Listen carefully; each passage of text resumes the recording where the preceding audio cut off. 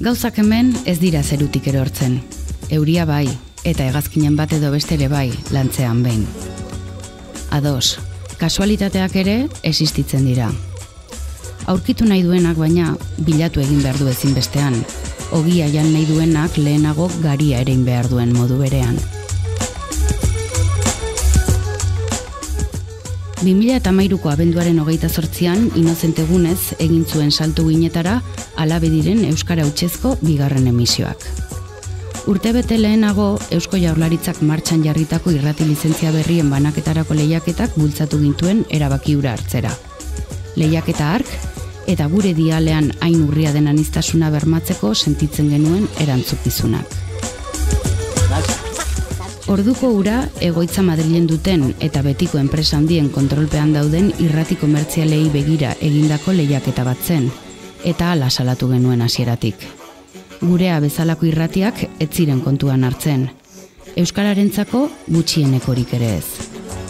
Eta hala ere aurkeztu egin ginen, ez geundelako prest gure diala betikoen eskuetan uzteko. Lehiaketa garaiko Jaurlaritzaren arduragabekeriaren ondorioz etzen bukatu, eta ondorioz etzen lizentzia berririk banatu. Kontuak kontu, eta emandako hitza betetzeko izaten denez, FM-ko 88.8 euskaraz ari den irrati batek okupatzen du geroztik. Bagenekien jakin hasieratik irrati bat sortzeak, pazientzia eta denbora eskatuko zizkigula.